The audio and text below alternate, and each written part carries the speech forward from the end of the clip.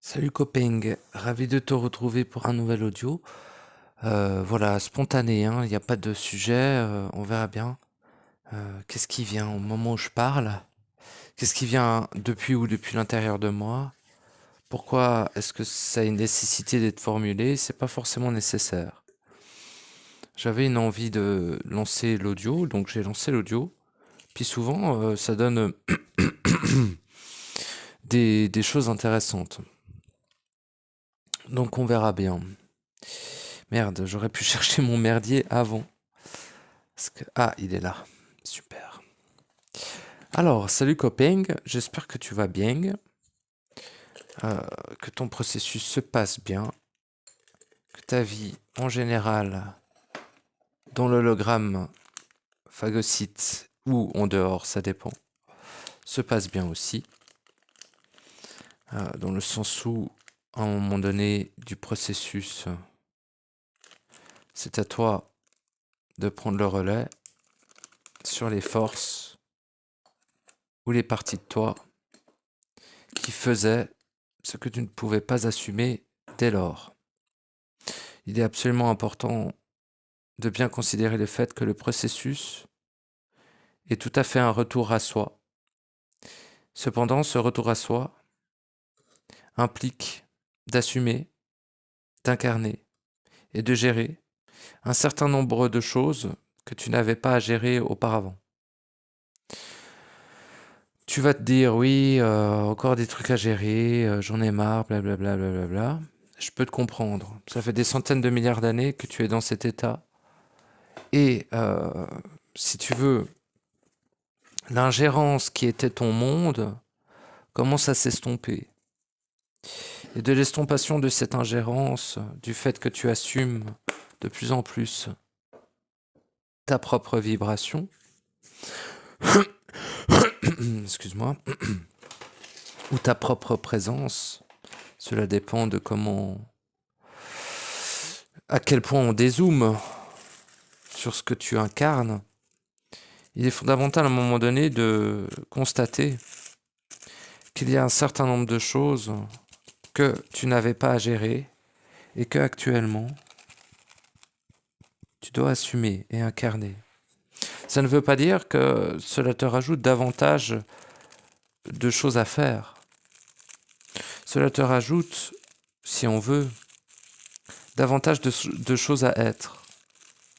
Et dans l'espace de cette existence, qui est bien sûr interne, cela demande de devenir un veilleur, un présent. Cela demande une rigueur que avant tu n'avais pas la même nécessité d'incarner. Il fut un temps où ces zones de ton intériorité étaient gérées à ta place par tes propres créations, ou par une extension de toi-même, ce qui revient au même. Ce temps, cette période de la trame est révolue. Tu as fait le choix de la naissance, tu as fait le choix du processus, tu as fait le choix du retour à soi. Ce choix, je te respecte pour cela, je respecterai chaque être qui font ce choix. Cependant, ça n'est pas une continuité comme l'est l'évolution. Ça n'est pas des récompenses comme l'est le processus astral. Ça n'est pas resplendir comme l'est le processus synthétique.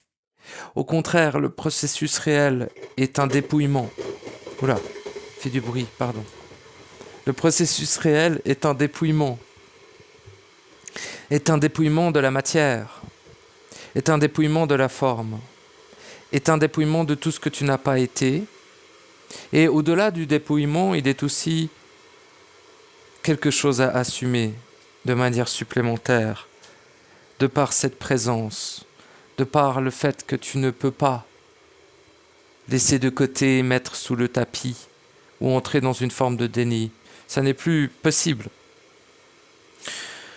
Donc automatiquement, tu vas soulever un certain nombre de choses que tu devras être bien plus attentif après que avant avoir dissous tes engences, avoir dissous tes entités, tes vies simultanées de cryptides, tes vies simultanées humaines. Toutes ces vies alimentaient tout un réseau énergétique de causalité, d'effets et d'autres mécaniques qui ne devaient, et en gros c'était à peu près le contrat, que tu n'ailles pas à le gérer toi-même. Malheureusement ou heureusement, en réintégrant ces choses qui sont toi, ces parties de toi, dira-t-on, en les libérant de leur forme, en les libérant de leur rôle, eh bien sache, non pas ce rôle t'incombe, mais la présence dans ce que ce rôle impliquait devient fondamentale. Un être qui n'est pas présent dans la mécanique qui lui permet d'exister est un être qui justement est en train de s'éloigner de sa propre existence, même s'il peut être en processus. Ce que j'entends, c'est que lorsque vous dissolvez une partie de vous, que vous dissolvez une création, une engeance, ou que vous dissolvez une entité ou quoi que ce soit qui est en rapport avec vos vies simultanées, vous devez immédiatement remplacer la place vacante, le vide laissé, car le vide n'est pas un problème, mais le vide corrompu peut l'être. Et au-delà du vide corrompu, eh bien, la forme de mécanique que cette engeance, que cette entité, qui anciennement vous possédait, eh bien, avait une utilité fondamentale. Une utilité au-delà même de votre propre existence, finalement. Cette utilité, en dissolvant et réintégrant cette partie, ne doit pas être écartée. Vous ne pouvez pas chercher la tranquillité sans assumer les conséquences de votre propre existence, dans l'absolu de ce que cela représente. En ce sens, je vous enjoins d'aller explorer en vous ce qu'est ces nouvelles choses à assumer. Car ces choses à assumer sont vous, font partie du respect de votre essence, du respect de l'ensemble des essences et donc du rapport à l'unicité. Ce rapport à l'unicité, bien que le processus étant individuel, devient absolument vital pour un être qui est né ou né en absolu. Ça n'est pas forcément une forme de choix, c'est une forme d'évidence. Vous ne pouvez pas réincarner l'être créateur que vous êtes sans assumer ce que cela veut dire et ce que cela représente et ce que cela manifeste dans les mondes dans lesquels votre présence est.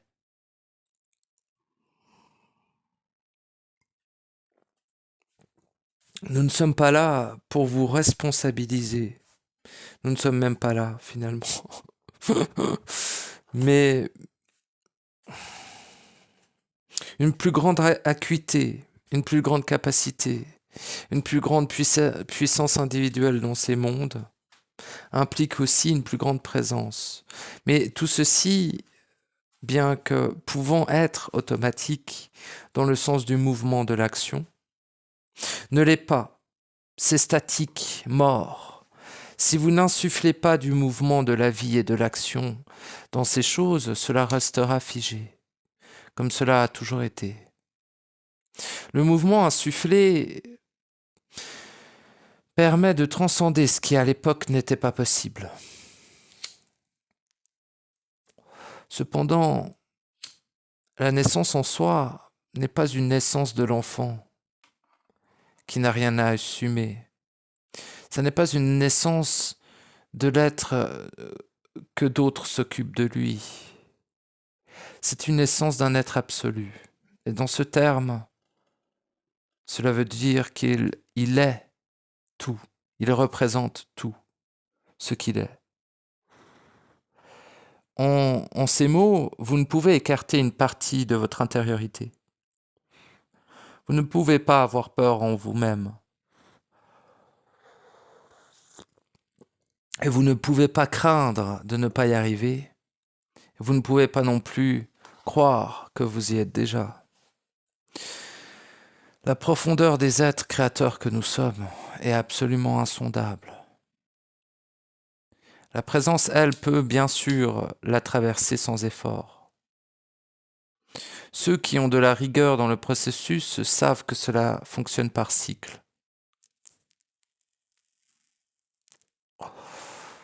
Ceux qui ont suffisamment alimenté le mouvement de l'action absolue en eux-mêmes savent que ces cycles viennent à disparaître petit à petit. L'être qui n'est plus porté vers une extériorisation de sa propre manifestation éternelle n'est plus porté vers le secours, l'interaction ou la gesticulation avec les formes éthérées, holographiques ou reflétées de ce qui peut vous entourer. Ce monde n'est pas la création, ne le sera jamais. Ce que vous vivez, verrez, touchez et ressentez ici n'est que purement informatique. Ces lignes de code vous ont servi d'existence pendant des éons.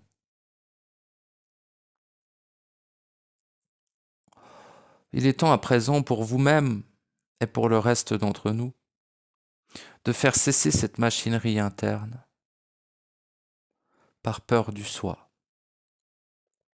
Et faites-la cesser par confiance du soi.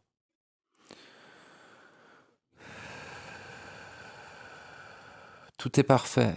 En cet instant, vous avez l'occasion, vous avez la possibilité de retourner à cette perfection, de retourner à cette pureté, de retourner à cette quiétude, mais non sans effort.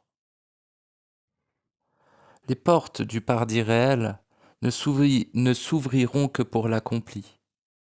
Il en est ainsi, il en est toujours demeuré ainsi, il en demeurera toujours ainsi. Celui qui se croit élu ferait bien de mériter sa place. Celui qui se croit arrivé ferait bien de regarder en arrière.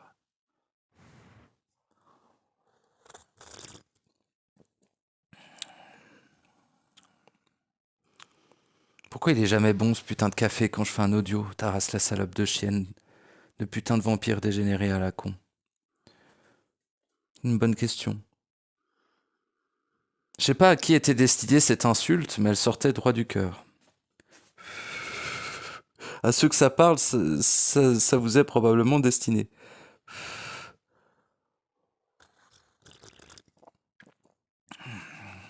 L'enfer est perpétuel.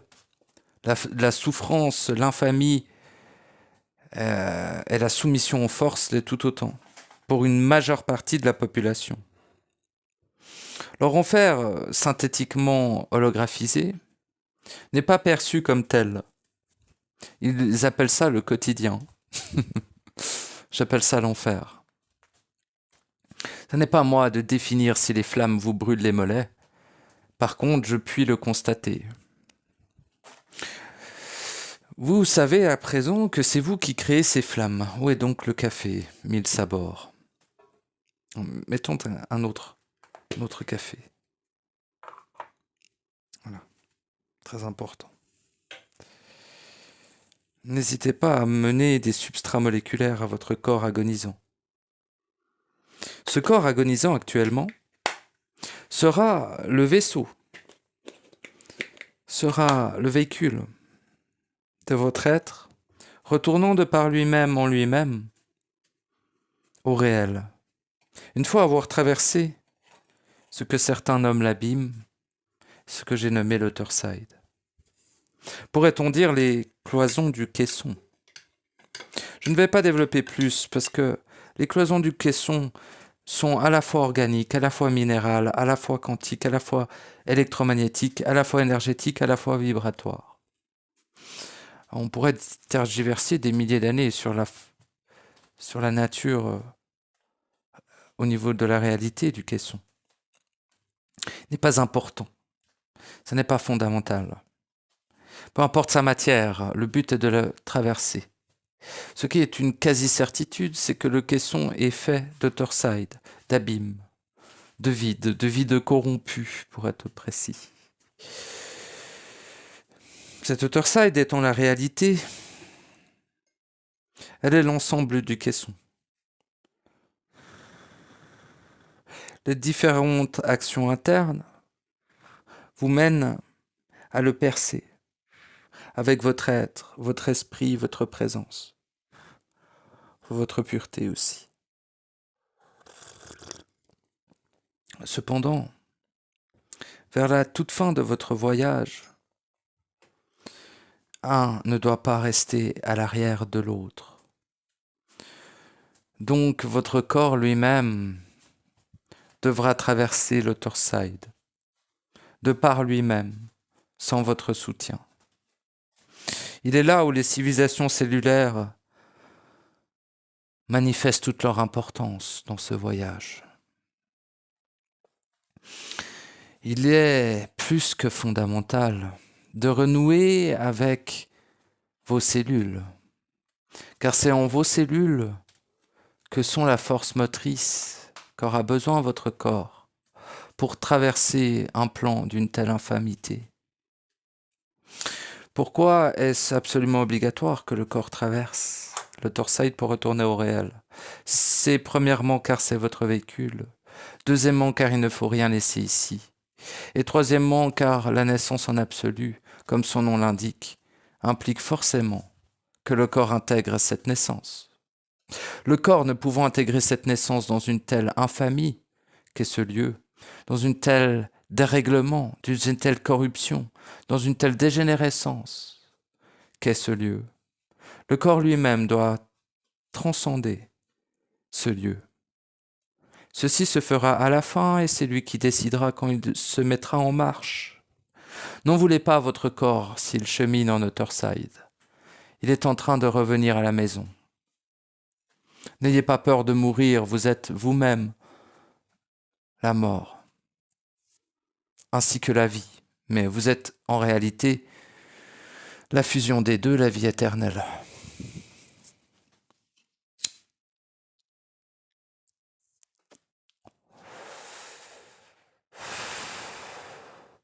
Tout ce qui vous terrifie est créé par vous-même, soit par ignorance, soit par éloignement, soit par intelligence.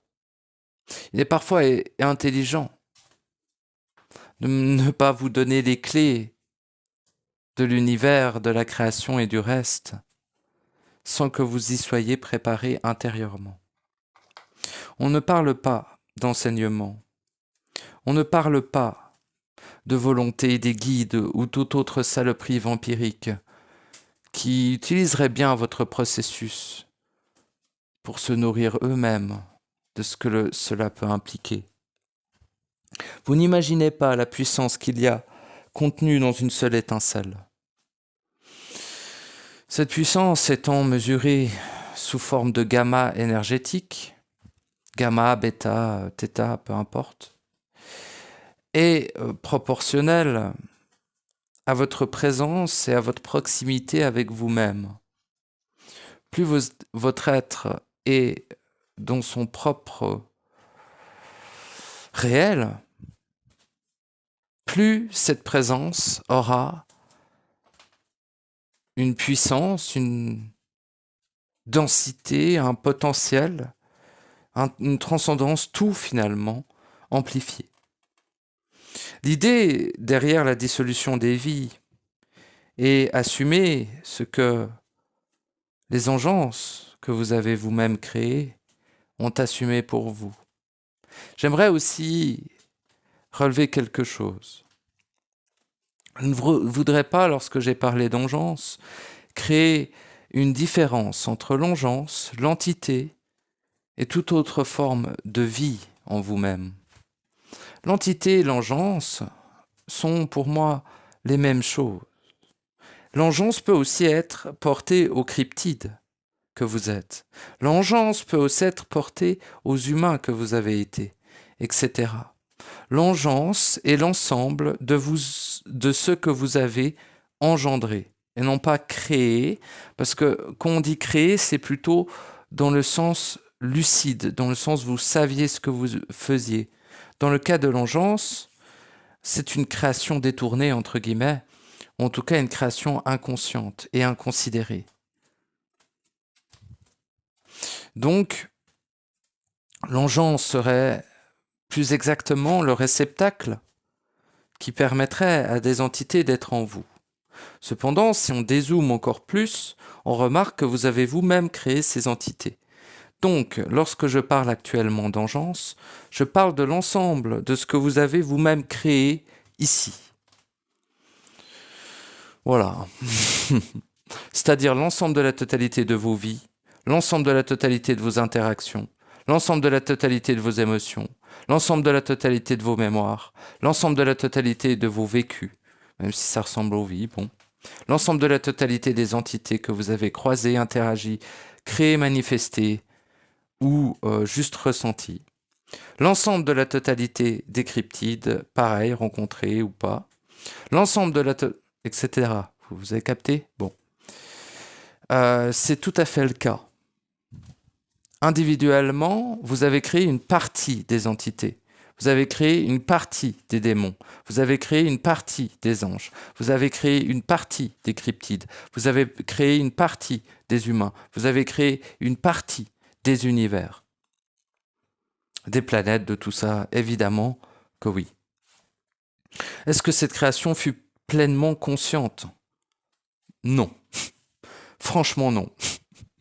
Est-ce qu'une base l'était? Potentiellement, là où même la conscience n'était pas encore existante. Nous appelons ça l'initial. Le problème, c'est que beaucoup d'êtres croient que l'initial est suffisant. L'initial est une pure infamité.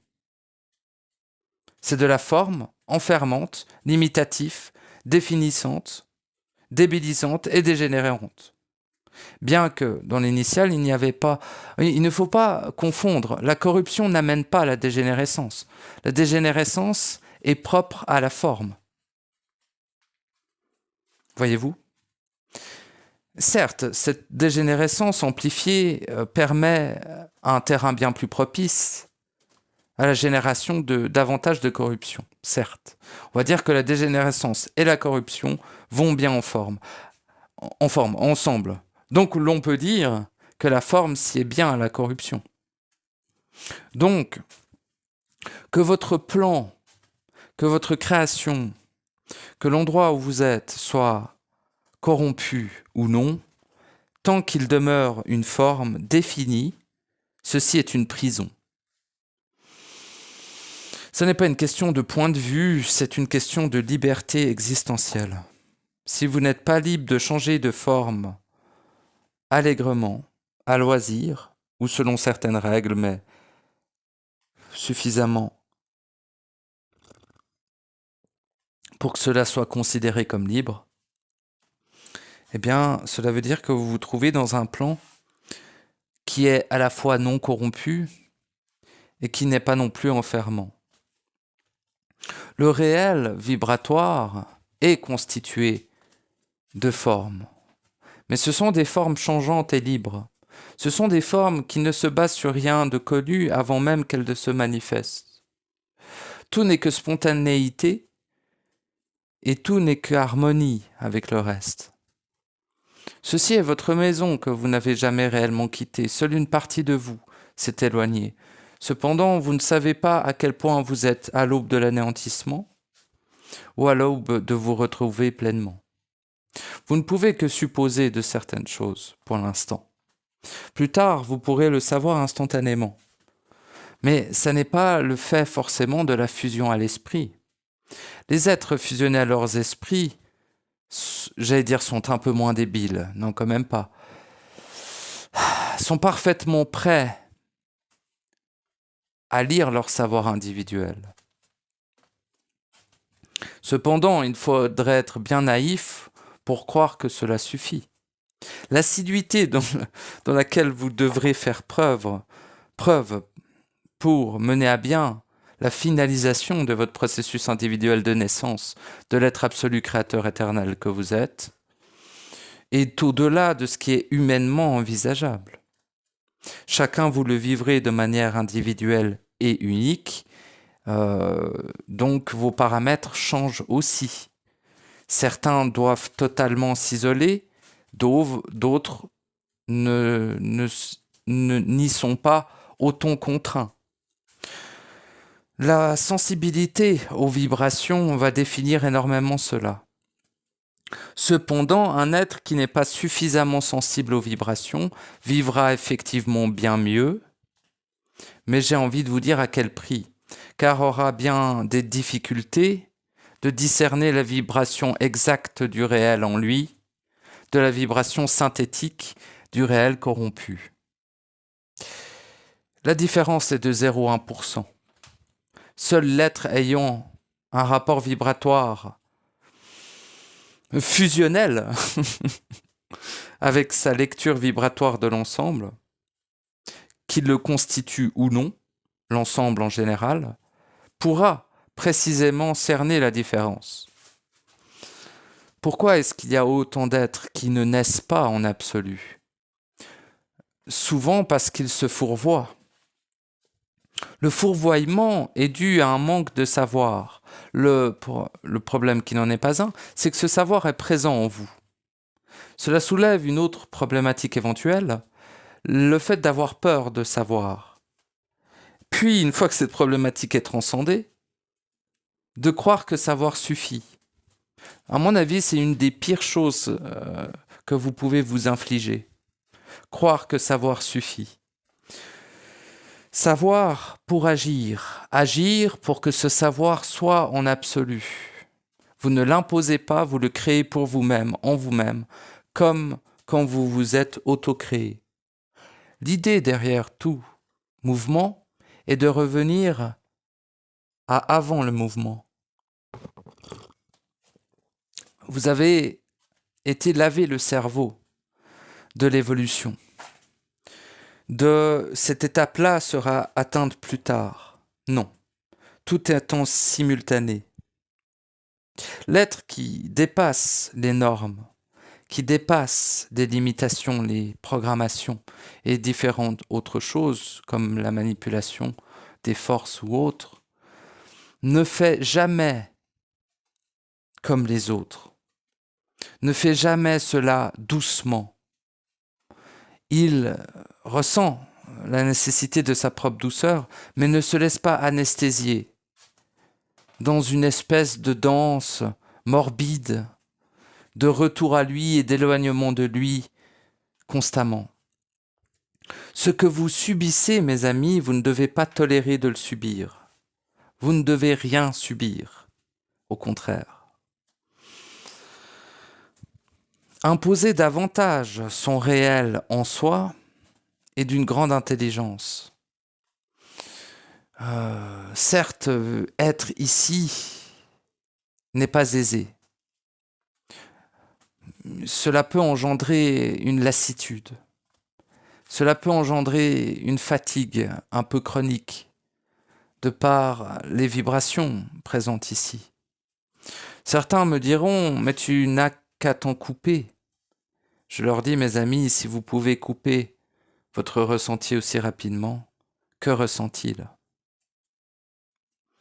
Quel est ce fameux ressenti que vous pouvez faire on-off dessus ? Quel est ce ressenti qui fonctionne comme une machine ? Soyez très prudents. Énormément de choses en nous ont été synthétisées, ont été atrophiées, ont été modifiées, ont été copiées, ont été numérisées. Le monde dans lequel vous êtes n'est absolument pas ce qu'on pourrait dire de ce qu'il est. Il est constamment adaptatif. Plus vous vous rapprochez de vous-même, plus votre matrice individuelle se renforce. Plus vous vous éloignez de vous-même, plus elle se renforce. De toute façon, elle se renforce tout le temps. Donc, il n'y a pas de réelle course contre la montre. C'est en réalité une course, entre guillemets, contre vous-même, même si c'est un peu simple de dire cela ainsi. Ce qui est sûr, c'est que si vous continuez à créer individuellement, ce qui vous enfonce profondément dans une incapacité d'être, eh bien vous vous auto-sabotez. Et dans ce sens, auto-sabotez-vous tout seul, ça n'est pas grave. Le problème, c'est que bien que vous êtes seul dans votre caisson et votre matrice individuelle, ce lieu, si l'on dézoome énormément dans sa grande largesse, est constitué de dizaines de milliards d'êtres dans des caissons. D'ailleurs, pas tous dans un scénario humain. Donc ouais, on peut peut-être en compter sur du 100 milliards environ d'êtres dans des caissons, quoi. Et voilà. Donc nous sommes dans ce que nous sommes. Et à nous de récupérer ce que nous sommes pour sortir de ce ici. Parce que finalement, j'entends pas mal d'êtres dire oui, mais moi je veux pas sortir, j'ai pas besoin de m'enfuir pour aller où J'ai pas dit dehors, c'est en soi, toujours, et ça le restera. Dehors, je vais nulle part. Je ne suis pas dans le réel dehors, je suis dans le réel dedans. Chaque micro-réel individuel, dira-t-on, est relié au réel global. Voyez-vous ? Lorsque tu rentres dans ton réel, automatiquement, tu es aussi dans le réel.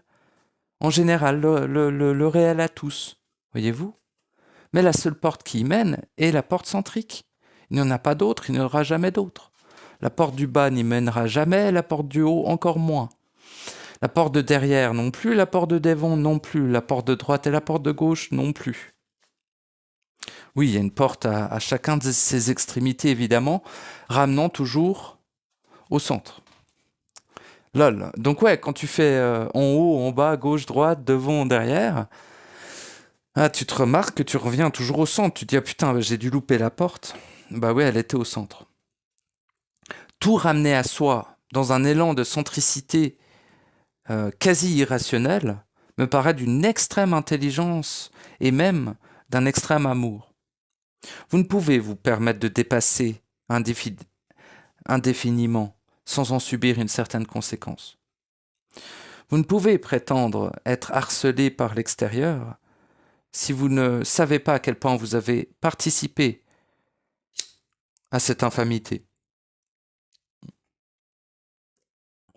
Ne reprochez rien à l'autre, ni rien à vous-même. L'autre n'existant pas, et vous-même préexistant et existera au-delà de toute chose, il n'y a pas de reproche à se faire. Il n'y a pas d'inquiétude. Il n'y a pas de tristesse lors de la perte de, j'allais dire soi-disant, mais de proches.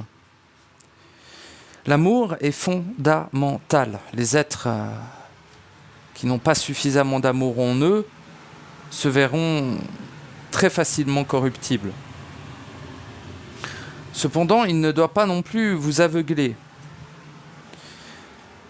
Le positivisme n'est pas très loin.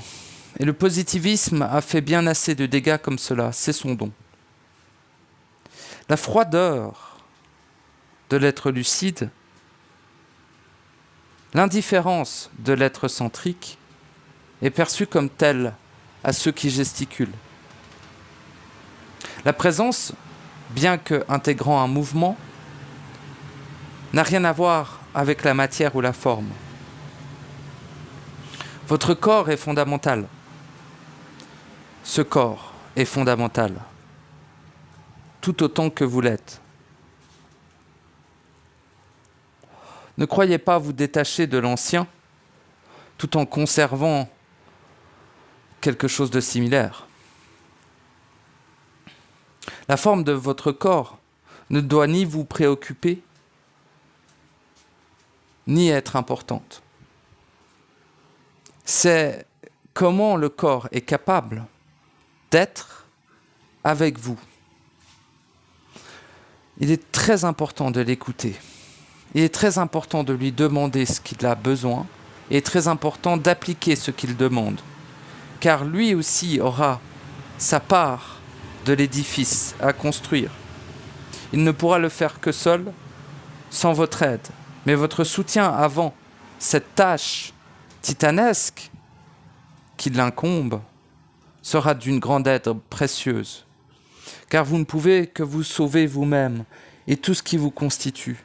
Ce corps bien qu'artificielle, ne doit pas être écarté de l'ensemble de ce que vous êtes. Vous ne devez pas dédaigner l'hologramme. Vous ne devez pas croire être transcendé, alors qu'à chaque instant, vous ne savez pas l'ensemble. Il n'y a pas d'éveil, il n'y a pas d'évolution, il n'y a pas davantage de compréhension, il n'y a pas davantage de connaissance. Tout ceci ne se passe que dans le caisson, est une copie du savoir que vous avez déjà en vous, parfaitement inutile, au-delà de la perte de temps. C'est une infamité à quel point cela vous entraîne à vous éloigner de vous-même, encore une fois. Tout est fait pour vous faire perdre du temps et vous éloigner de vous-même. Donc, incarnez la présence dans les lieux qui ont été pacifiés en vous-même, de toute présence exogène, de toute présence de création ingérable, engeance, ou de toute présence de vie simultanée, doit être remplacée justement par votre propre présence centrique, de l'être absolu que vous êtes en train de redevenir. Il ne peut se déployer un être aussi titanesque que vous sans poser les bases qui lui permettent de se déployer. Et justement, ces bases sont les espaces que vous libérez du joug, de toute forme qui n'est pas vous. De toute forme, en général, finalement, même si c'est vous. Toute votre création ici doit être annulée. Cependant, vous ne pouvez pas juste l'annuler et dire « Ah bah c'est bon ». Comment ça c'est bon? C'est annulé. Parfait. Que fais-tu de ce qu'il faisait? Que fais-tu de ce qu'il représentait? Que fais-tu de la protection qu'ils étaient par rapport à ta propre puissance, à ton propre feu, à ta propre capacité de création? Parce que vous ne pouvez jamais revenir en arrière en mode « je suis un humain, je m'occupe de rien ». C'est impossible. Si vous dissolvez ce qui s'occupe à votre place de quelque chose, vous ne pouvez pas le laisser de côté comme ça. Il n'y a pas un nouvel ouvrier qui va se pointer en mode « ah, ben, je vais effectuer la tâche ». Non, ça va péricliter, jusqu'à vous exploser à la gueule. Et là, vous demanderez à des démons de l'enfer de vous enlever ce trop-plein d'énergie. Vous appellerez vos propres vampires autour de vous. Ne soyez pas dupes. L'énergie qui n'est pas utilisée devient nocive. Cette présence qui est en vous doit s'étendre à l'ensemble de ce qui vous constitue, dans l'ensemble des mondes internes. Et même dans ce corps. Ça va jusque-là. Donc, vous savez pertinemment qu'une engeance, qu'une vie, ou que quoi que ce soit d'autre vous constituant avant votre naissance en absolu, doit être à présent remplacé. Vous avez le temps de le remplacer, hein. Mais à un moment donné, il faut remplacer par sa propre présence ce que vous avez enlevé d'une présence qui n'était pas vôtre. Ici, le vide se remplit de ce qui est votre inverse. Remplissez ce vide avec ce qui est vous.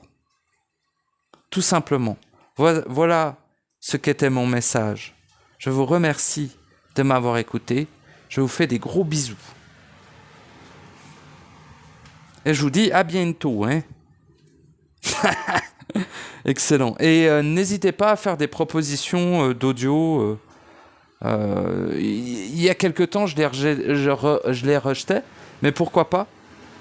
Faites-moi des propositions les moins humaines possibles et les moins supramentales ou des mecs qui cherchent possible parce que j'en ai absolument rien à branler.